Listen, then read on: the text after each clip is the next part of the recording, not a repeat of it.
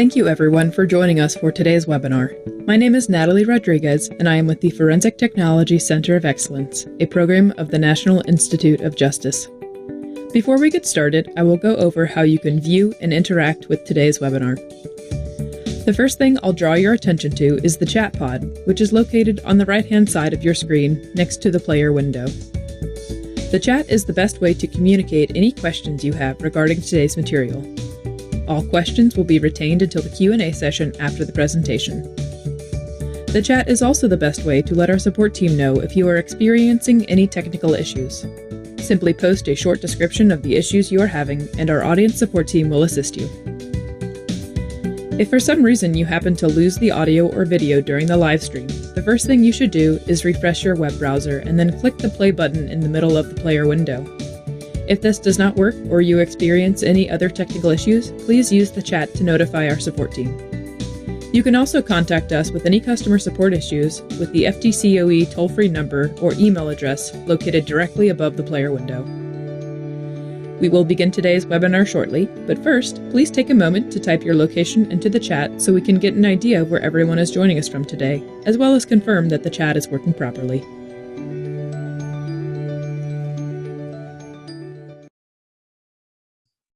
For today's webinar, we have Rick Moldenhauer from the Human Services. He is a Human Services Program Consultant and State Opioid Treatment Authority at the representative at the Behavioral Health Division, Minnesota Department of Human Services, presenting on drug use impact on Native people in Minnesota.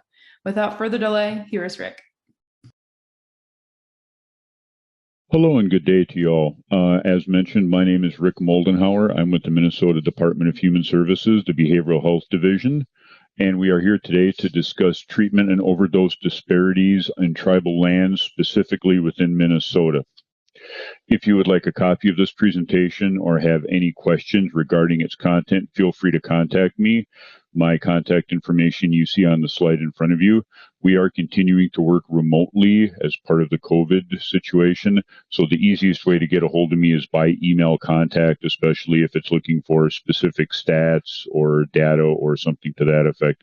You can certainly give me a call, but it may take me some time to be able to respond to you via a voice method, so email would be the easiest.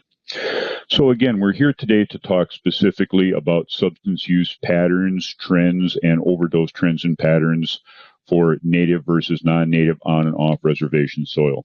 So to give you a context for that, I want to give you a quick view of the landscape of Minnesota and then start generally speaking and then narrow the discussion down. So what you see in front of you is the beautiful land of Minnesota, the land of sky blue water, 32nd state inducted into the Union, home of 87 counties, 11 federally recognized tribes, 86,943 square miles, and not one Super Bowl ring yet.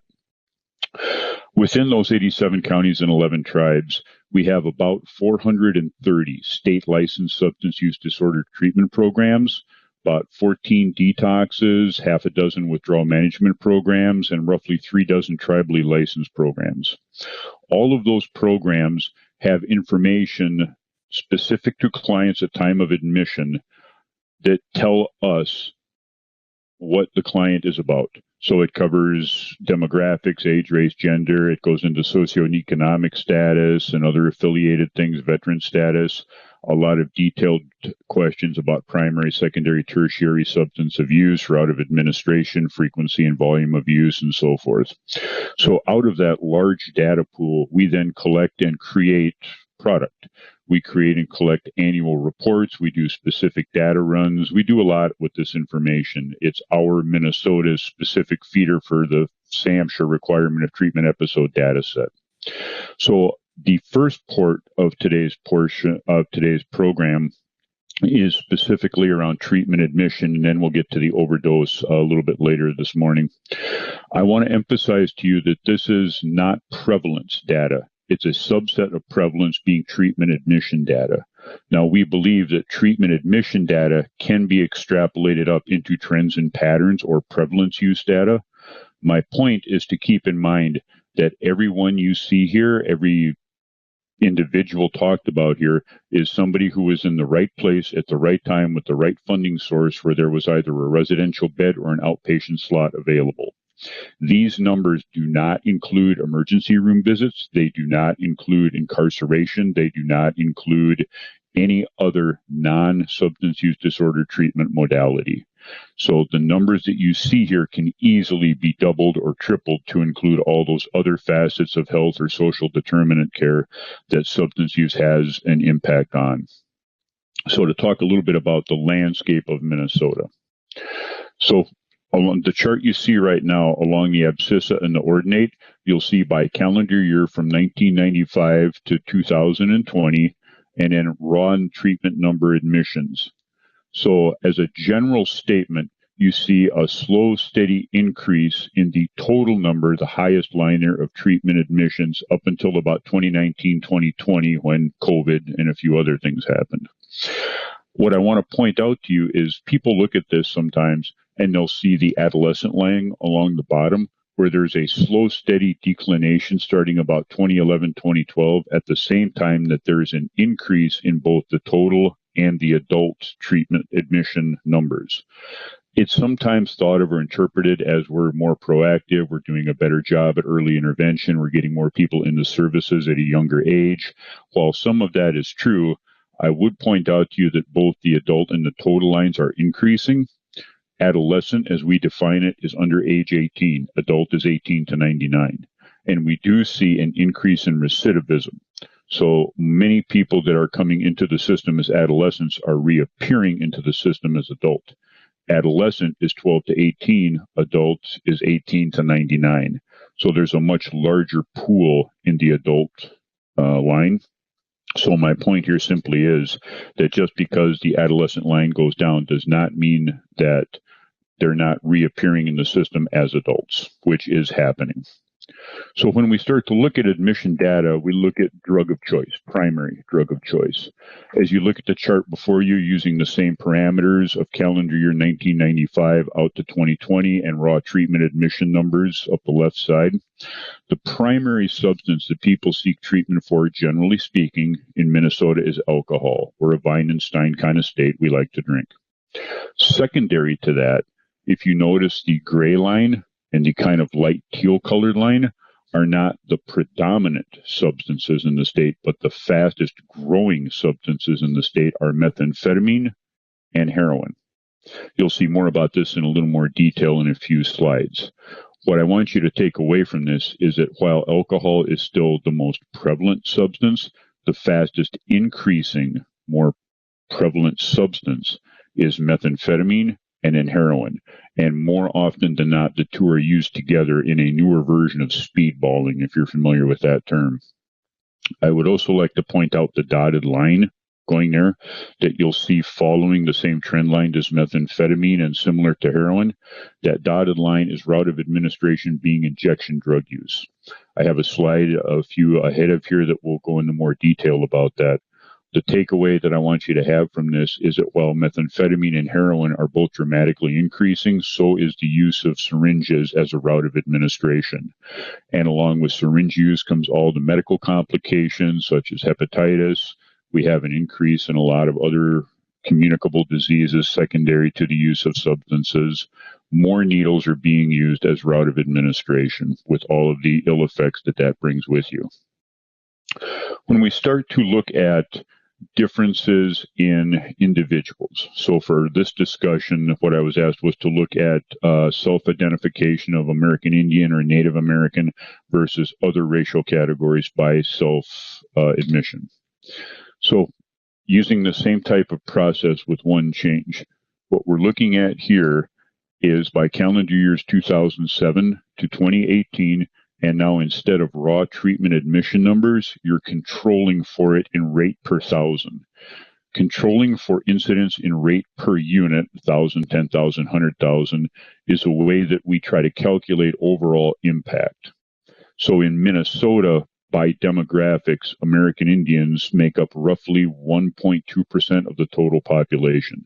So if you look at total admission numbers, it's always going to appear by volume to be a smaller number.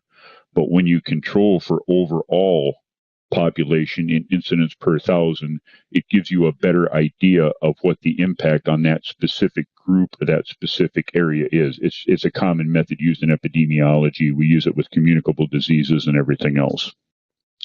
So from the slide you're looking at right now, our treatment admissions, regardless of what the substance is, from calendar year 27 to 2018. And what I want you to see here is when you control for an incidence per thousand for those who self-identify as American Indian, whether on or off reservation soil, you see an escalation of 71 to 106 incidents per thousand versus all other races combined, 8.4 to 9.5. That is a wildly disproportionate number. It is mind-numbing that you can have that increase in that small of a population over that short a period of time. But that is what the numbers say. So as I mentioned in the last slide, that was all chemical dependency treatment admissions, all substances, regardless of drug of choice. When we start to look at specific drugs of choice, remember a slide a few back, I predominantly pointed out the overall prevalence of alcohol as primary, and then methamphetamine and heroin as secondary, tertiary. So what we're doing now is we're switching this a little bit, and we're looking where alcohol is the primary substance. Again, separating by self-identification of American Indian versus non-native, non-American Indian. You look at the non-native line across the bottom, there's not a lot of vacillation. There is, in fact, a slight decline from 4.08 to 3.68. The self-identified American Indian line over that same period of time of 18 years is almost cut in half. It goes from 45.46 down to 25 and a quarter. So a lot of folks have looked at this slide and thought, oh, this is wonderful. That means that the number of natives seeking services whose primary substance is alcohol has declined. There must be better job at early intervention. There must be greater incidence of treatment episode availability. Things just simply must be better. While people may think that, what they're not taking into consideration is that this is by the primary substance. So while alcohol as a primary substance for admission has gone down, what has taken its place are methamphetamine and opiates. So same process, same everything with this slide. We're going from calendar years 2000 to 2018, again controlled for an incidence per thousand. Native American versus non-native. You're going to see a spike here. This is other opiates. So these are diverted pharmaceuticals. This does not include heroin. This is the Vicodin, Percodan, Percocet, Oxycontin, Hydromorphone, Dilaudid, Darvocet, and the rest of the narcotic Scooby Snack buffet line. It peaks out about 2012, 2013.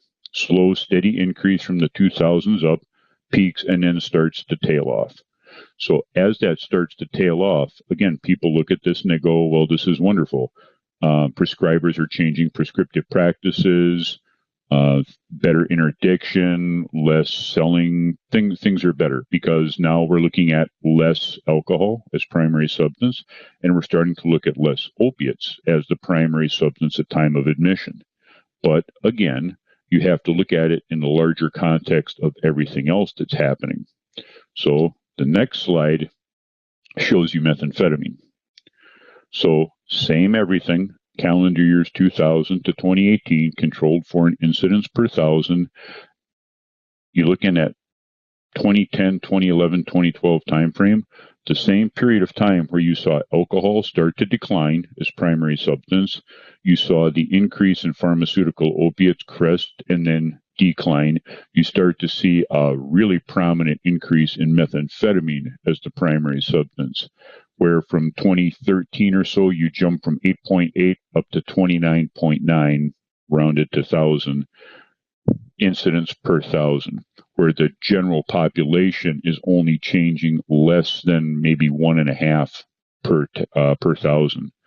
So the difference between those two, where a population-wide, 1.2% of the population has this chasmic leap from 8 to 29 incidents per thousand versus the rest of the population, which increases only roughly 2 per thousand.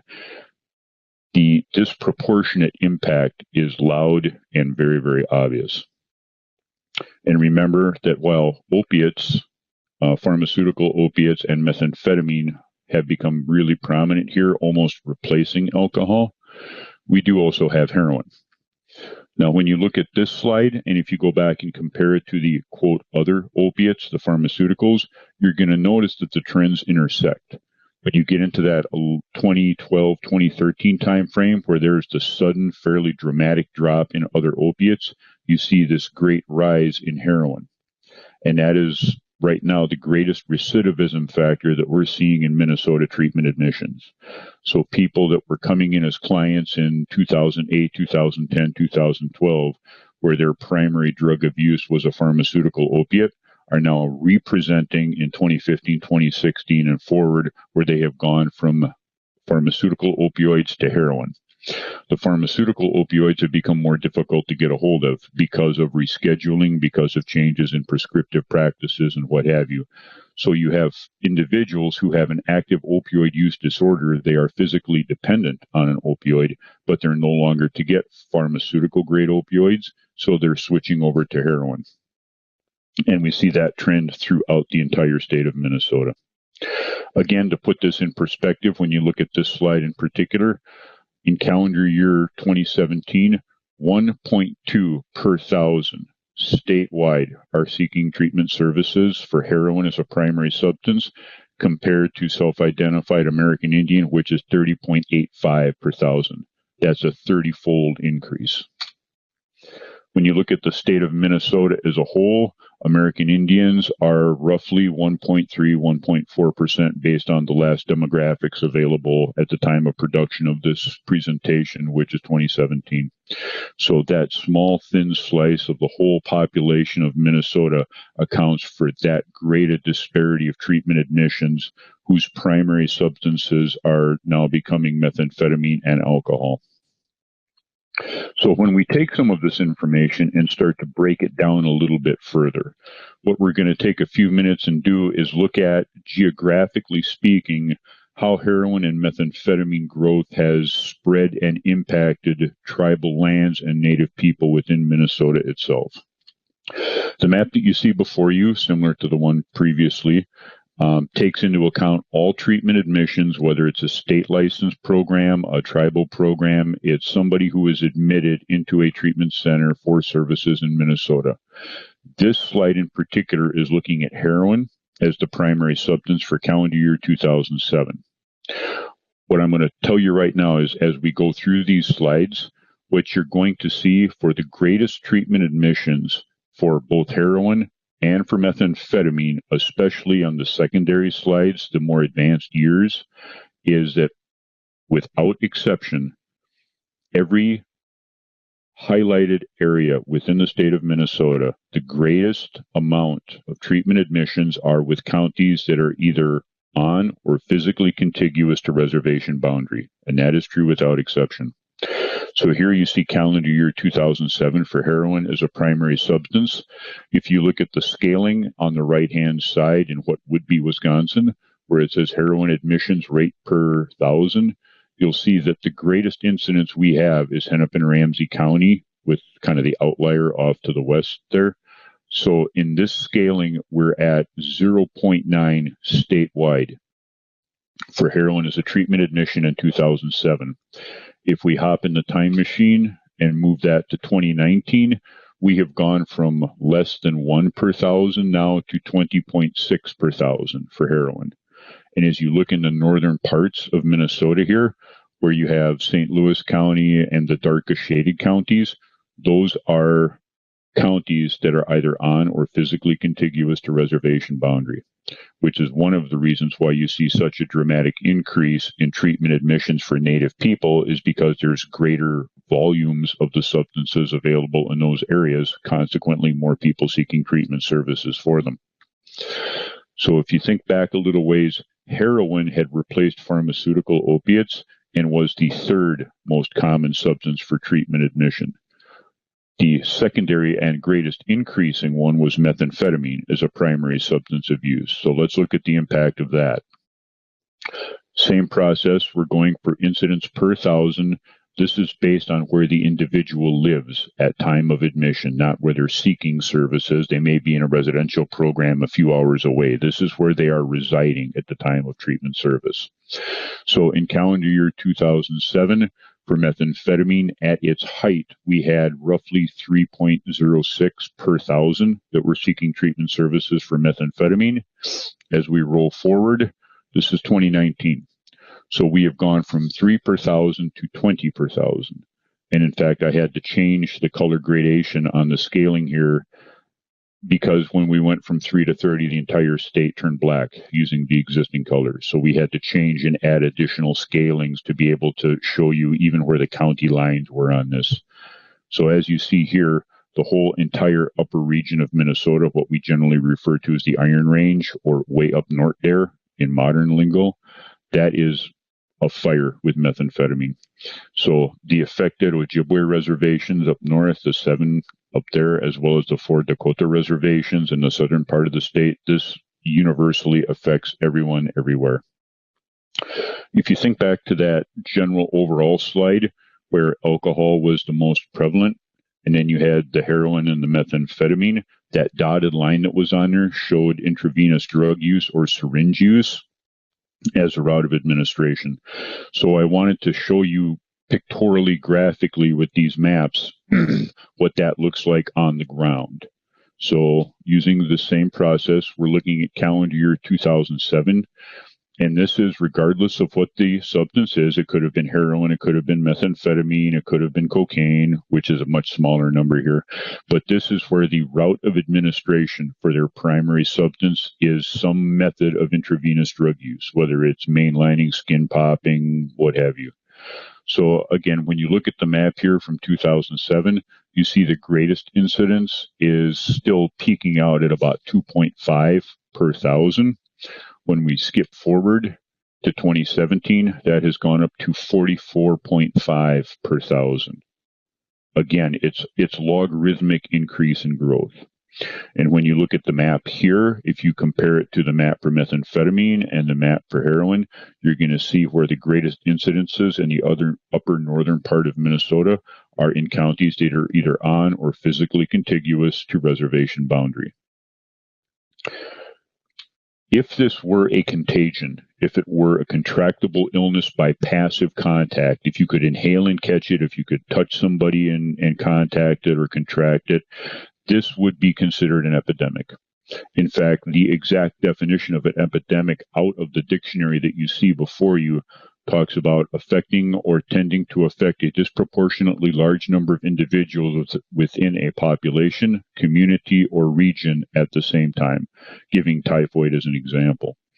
If substance use disorder, if people presenting for professional help whose primary substance is methamphetamine or is heroin or declining pharmaceutical opiates, I will argue fits this definition of an epidemic. If this were a contagion, if you could catch it by passive contact, the CDC would be up here putting Minnesota in saran wrap and duct tape. But we don't treat it that way here. And the thing that I always want to emphasize whenever I talk about this is that what you're seeing is a bunch of slides of lines and charts and graphs and things like that.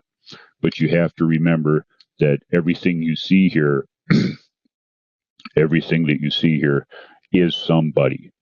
These are all numbers based on a living, breathing human being who was fortunate enough to be in the right place at the right time with the right funding source to seek professional help. These numbers do not include overdose to mortality. They do not include incarcerants. They do not include any of those other areas. So these are the lucky folks who were able to get into services. Then we have the unlucky folks. We have the overdoses, commonly to the point of mortality. When you look at Minnesota compared to the rest of the country, these are some disease control, and then we'll narrow down the Minnesota specific stuff. So when you look at Minnesota compared to other states or other regions, you'll see that Minnesota is in the secondary shaded area, the 16.1 to 8.5. So we are coming in second place, so to speak, compared to other regions of the country. However, much like the increased incidence in the past 10 years or so for methamphetamine and heroin, we are in the category that has an increased amount. As this slide demonstrates, we are not considered stable. We are not considered decreasing. We and our neighbors to the east and south are in the increasing category. So while we're not in first place yet, we are advancing toward it. These are 2019 data samples. So unfortunately, we have an increase in overdose, often as a function of increase in treatment admission, as an increase in the prevalence of use. What that essentially tells you is that we have more people using more substances, and people who overdose to mortality do not have the opportunity to seek professional service with the hope of recovery. So as we go from the nation down to Minnesota specific stuff, we're going to look at opioid overdose in particular, because that is by far and large the most prevalent that we have here. So this is Minnesota specific, all races, all genders. If you look at us from calendar year 2000 out to 2020, you see a slow, steady increase until you hit about 2018, and then a very rapid increase. Heroin in Minnesota is as cheap as it ever has been. A gram of heroin right now on the street is about $10. And we, like everybody else, have seen more and more fentanyl laced in all samples that are either seized or undercover purchased or taken off people in emergency room and tested. So we have the same contaminant fentanyl problems that the rest of the country has. We just seem to have a lot more of it. There are different theories about it involving Great Lakes shipping. Duluth is a shipping port to the Great Lakes. Our physical contiguous border with Canada and drifting down from there, or other theories. The simple fact of the matter is that we have more and more people overdosing from opioids than we have had at any time in the past. When we break it down a little bit and look at what's going on for 2019 is where synthetic opioids were kind of at their crest, if you would. So on this pie chart, you'll see synthetic opioids being slightly more than 50% for all of the overdose-related deaths. Heroin is at 19% here. In the initial numbers that are not yet readily available, they should be published in the next few months, where we will have 2020 and then tentative 2021 numbers. You're going to see that synthetic opiates are now the smallest portion, and heroin has become the biggest of the three portions that you see on this pie. So along with the reduction in treatment admissions where pharmaceutical opioids are the primary substance, we see that being replaced and increased by heroin as the primary substance. When we take the same information and we start to break it down by demographics, age, race, gender, location, things like that, we look at American Indian versus non-American Indian. So what you see here by calendar years 2015 to 2019, in adjustments per 100,000 of all residents of the state, you have American Indian, African American, and white. You look at American Indian on there, on each of those years, each of the 5 years, the American Indian numbers eclipse the other two even combined. So more American Indians, even at 1.4% of the overall population of Minnesota, are experiencing opioid-related overdose at significantly greater incidence than white and African American combined. You'll notice that that disparity increases between 2017 up through 2019. The initial 2020 numbers show that number again continuing to increase. So when 1.4% of the population can make up that amount of overdoses, tells you that there's something fundamentally wrong. When again we take the same numbers and start to look at it through other demographics such as age, so for 2020, by the age bracketing breakdown here, and again, these are emergency room visits for overdoses. These are not necessarily mortality. These are just simply people coming into emergency room on the left-hand side. You're going to see 1 to 14 years of age. Some of those are unintentional passive exposure, where a toddler has found loose pills on a table and ingested them or something like that. With the 15 to 24 years of age, it's not passive exposure, it's intent to utilize. You notice that the biggest bar graph here we have is 25 to 34 years of age. One of the biggest shifts that we have seen in Minnesota now is an increasing younger and younger age at first presentation for substance abuse treatment services, regardless of what the substance is. With greater presentation at younger age tells you that more people are beginning their use at younger ages. On the right, you'll see a breakdown for opioid-involved overdoses by gender. So for males are about 66% of all the emergency room opioid-related overdoses for what was calendar year 2020. So a little more than half. One of the things that Minnesota does as a separate data collection tool is we have what is called the Minnesota Student Survey. So every couple of years, Minnesota goes through and surveys 8th grade, 9th grade, 11th graders, and they ask them this big, huge pile of questions about everything from academic performance to home life to socioeconomic status, sexual behavior, drug use, tobacco, so forth and so forth. And out of that, then there's this large publication that comes out referred to as the Minnesota Student Survey.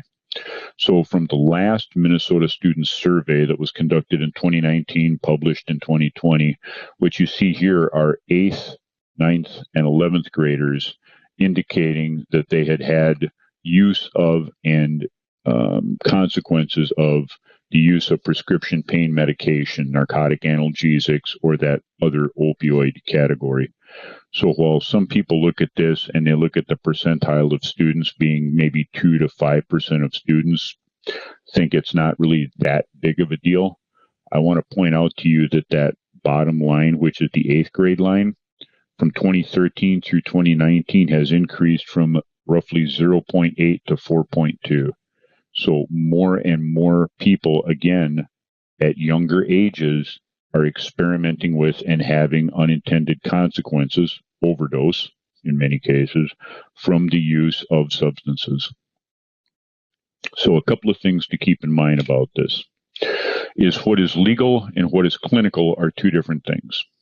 So because it may be illegal for a minor to use or for anyone to use someone else's pain meds, it is a legal statement. Because something is legal or not legal does not mean it is not clinical or meets an acuity for level of care.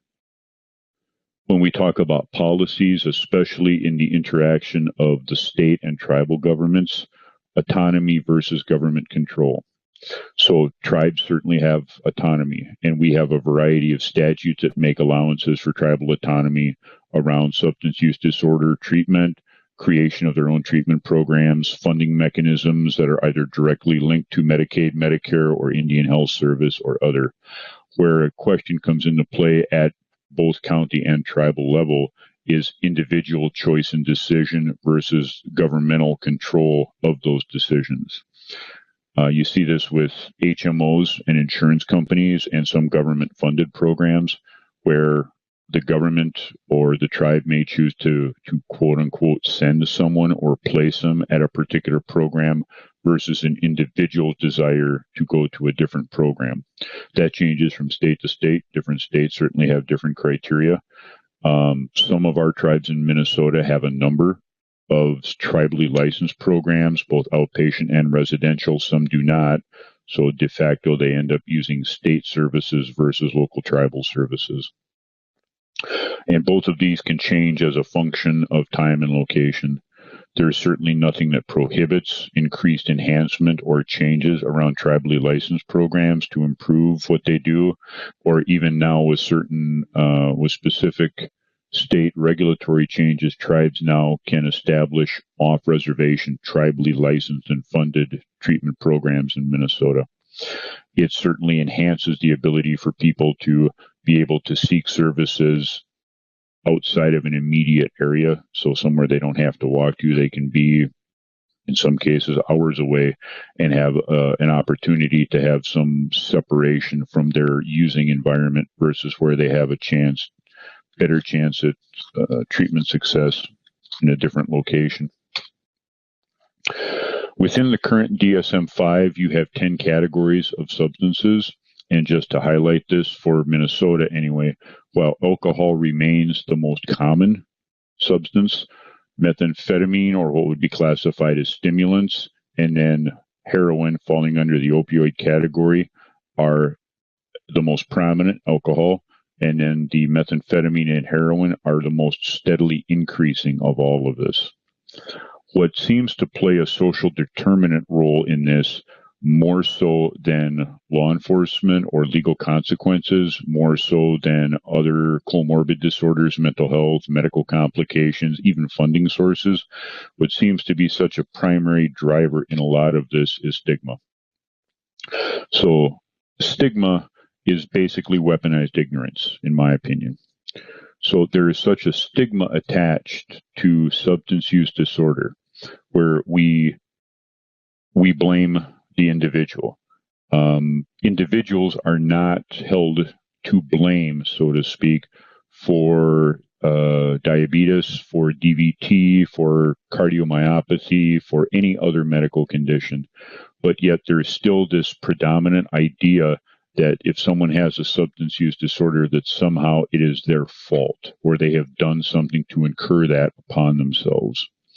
As I go around and I do a lot of these kind of presentations, I talk about rules and laws and statutes and trends and patterns and things like that. Some of the feedback that I get from individuals is that they're uncertain or they're hesitant to tell their story or how they want to say it or whatever, because they're worried about repercussion. They're worried about how people will view them.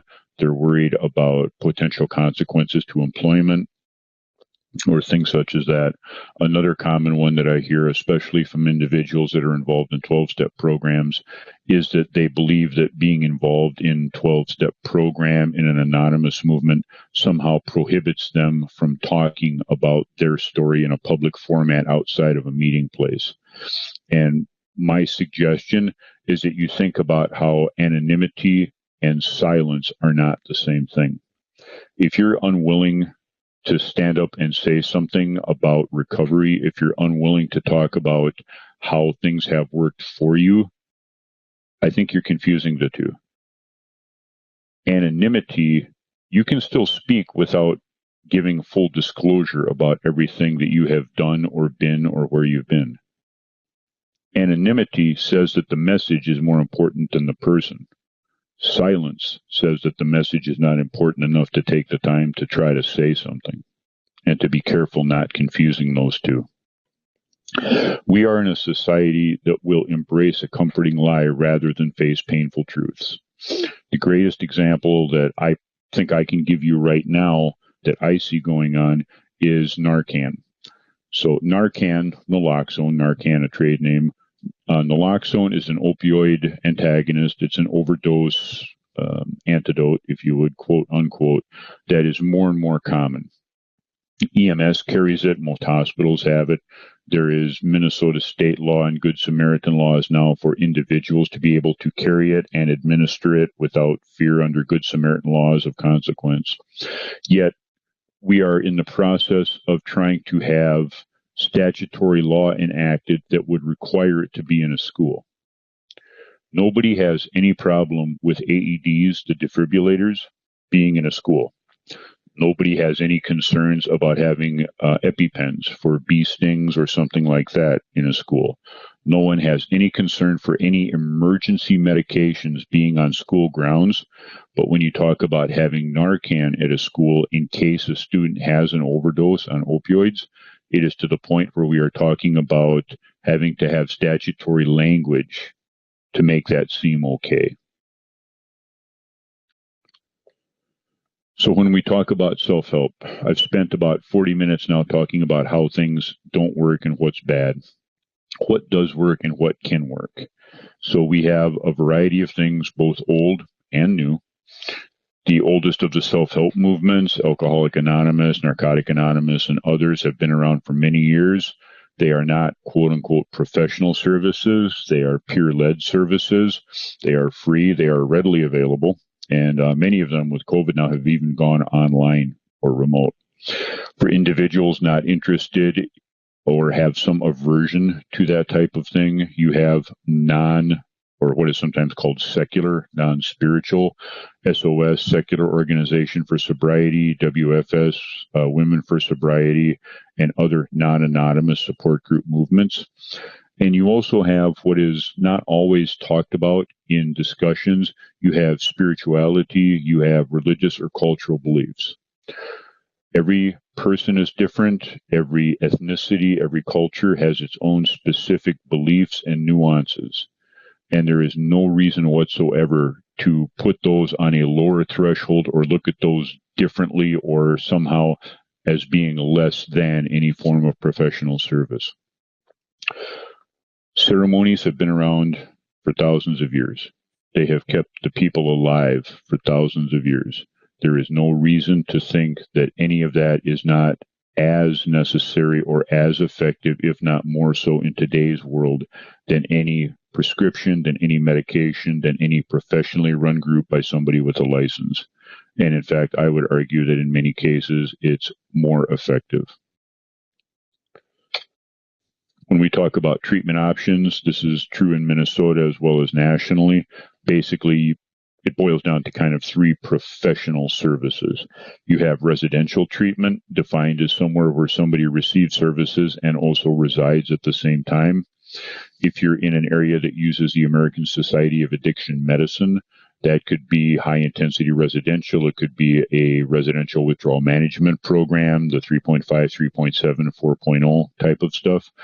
You have outpatient, which by definition is where someone receives professional treatment services but does not reside there at the same time. So the 0.5, 1.0, or 2.1 IOP, intensive outpatient type stuff.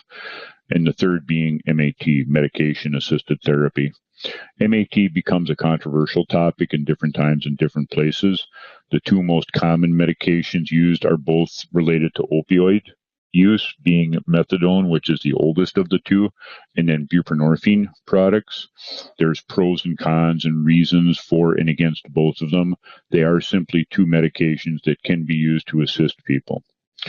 If you have more questions about that, I can certainly answer in greater detail about the differences in federal and state allowances for the use of methadone or buprenorphine, the differences in scheduling, et cetera, around that. With that, I'd like to take a pause here and see if you have any questions I can answer.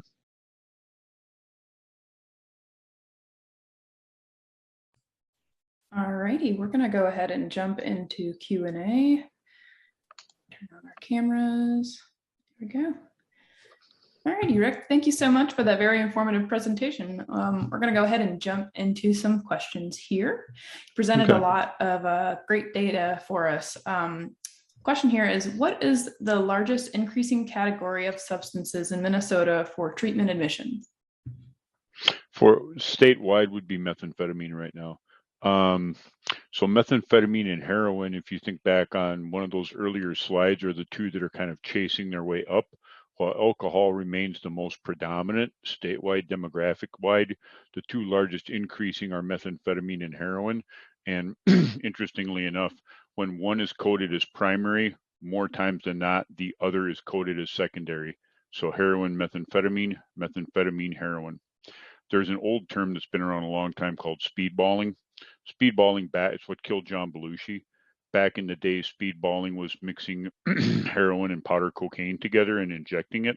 In today's world, it's heroin and methamphetamine that are solulated and injected.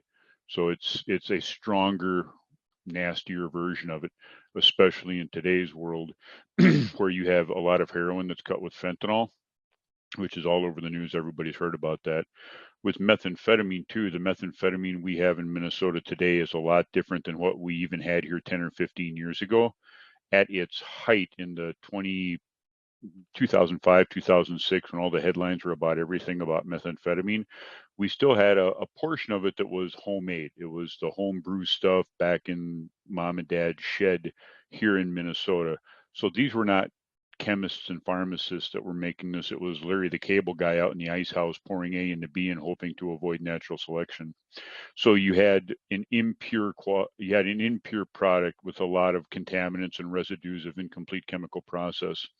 The days of home brew methamphetamine in Minnesota are almost gone. when I work with folks that I know over at Bureau of Criminal Apprehension, the Clan Labs, stuff like that, local lab production is almost non-existent. Most of the methamphetamine that we're finding in Minnesota and nationally now is created outside of the continental U.S. in large labs where you have chemists and you have people that actually know what they're doing.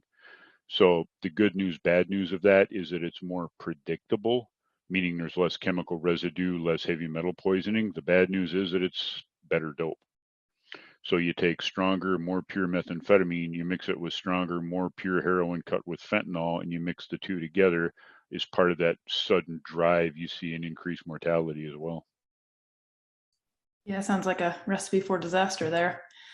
All right, we got a question from the audience that came in here. Could you speak to how you are disseminating this fascinating research in addition to our webinar today? Anybody who wants it. I present at a lot of conferences in Minnesota and some nationally. Obviously, with COVID, it's mostly like this now, where I've learned that I really need to move the microphone away from my mouth when I inhale because I'm sounding like Darth Vader about every other slide. So it's primarily, that's the conduit, is through conferences, through professional education. Any slide deck I have in the 21 years I've been working here is free for the asking. Send me an email, tell me what you want. If I have a canned presentation for it, I'll be more than happy to send it to you. And I'm constantly updating this stuff as we get more numbers and new data and new research. Some of it I create myself from our own data pools. Some of it, like the overdose stuff, I take from Minnesota Department of Health. They get credit off their opioid dashboard for all that. But I'm more than happy to send out this stuff to anybody who wants it. That's awesome. Yeah, I can see how this data is very important and could be used for a lot of different communications. Okay, let's go back to the Q&A pod here. Comparing incidents of overdose to the percentage of the population, what ethnic group demonstrates the greatest disparity in Minnesota? American Indian. So when you look at a percentage versus incident per thousand, percentages are always some component of a greater overall amount versus when you look at incidents per thousand. So incidents per thousand kind of levels the playing field, so to speak. So you're looking at, this is not accurate, but it's a quick way to describe it.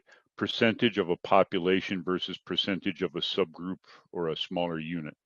So when you have a 1 in 5, just wild numbers, you have a 1 in 5 incidents in Caucasian, which makes up, 70-80% of the state, is not that big of a incidence number. When you have 20 per thousand in a group that's 1.4% of the population, that's way more prominent. It's simply more people affected by it. And in the current, in fact, the DSM-5 TR was just published actually between when we recorded this and now sitting up there on top of my counter, which I need to read this weekend. So there's been some changing in the DSM-5 TR now about some of this stuff and impacts and things like that nerds like me get into. But my point in all of this is that when we look at the impact of something, it's not just how many people are necessarily in contact or touched. You're looking at larger affected socioeconomic stuff. So you've got impacts on job, impacts on everything from utilization of other sources, SNAP, MFIP, so forth. A lot of our clientele, a lot of our SUD people also end up in legal involvement. So they end up in corrections, probation, parole. They end up dealing with other facets of their life, unemployment and whatnot. So substance use disorder and the consequences are not some small little tiny island where we can just take all those people and fix it and it all goes away, or just isolate them off to the side. Like the stigma slides I was trying to talk about earlier, this affects everybody. And there's nobody in the state that is not affected one way or another by what's going on. If it's not mom, dad, brother, sister, aunt, uncle, auntie, somebody you know, then some of your tax money is being utilized to try to modulate some of the societal impact of this. Yeah, very large issue, especially in Minnesota, as we just saw.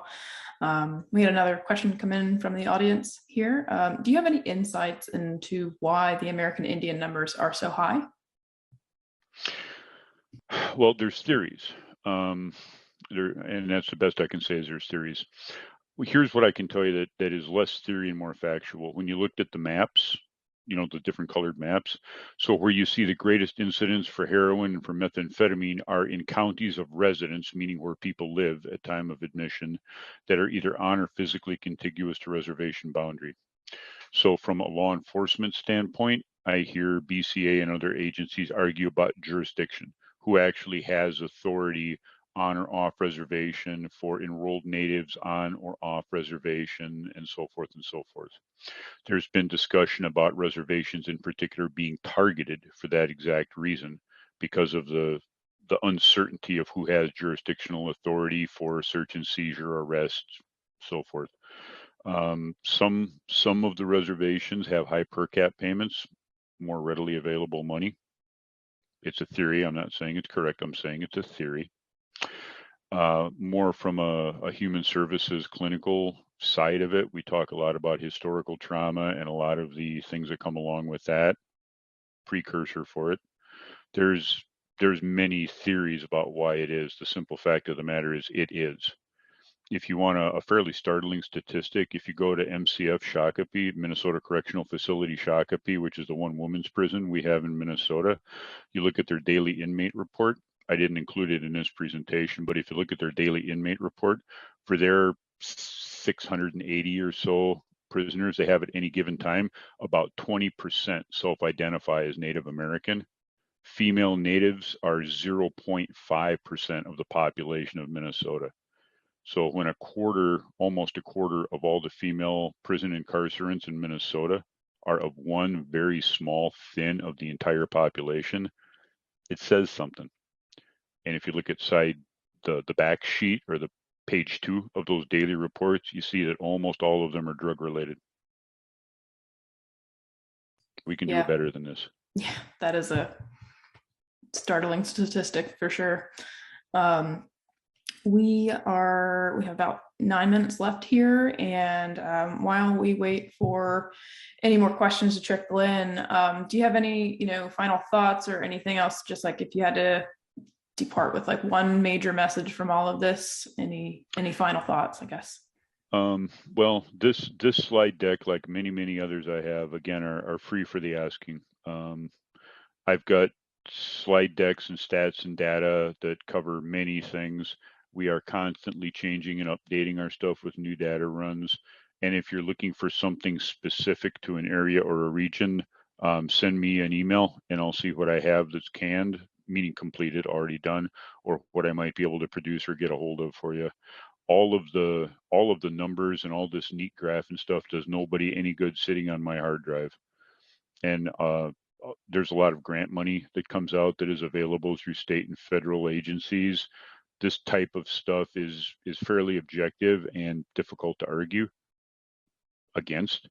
So if you're looking for raw resource data for grant application, for just simple public education, it's a good place to get it.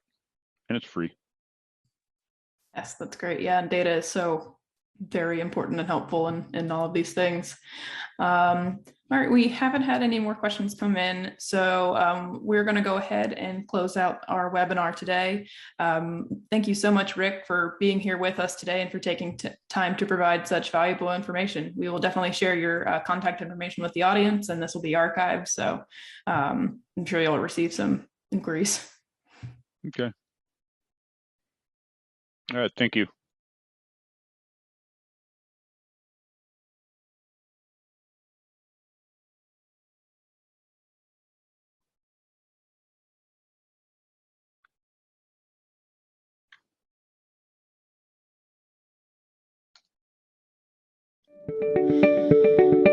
Before you leave today's webinar, please participate in our short 5-minute survey. Simply click the checkbox icon directly above the chat to access the audience feedback survey for today's event. Your feedback is critical information that helps us improve our webinars and continue providing the best experience possible. We would greatly appreciate it. Lastly, across the top of the live stream window are links to our social media profiles, including Twitter, LinkedIn, and Facebook. There is also a link to the FDCOE website, the Just Science podcast, and the FDCOE newsletter registration.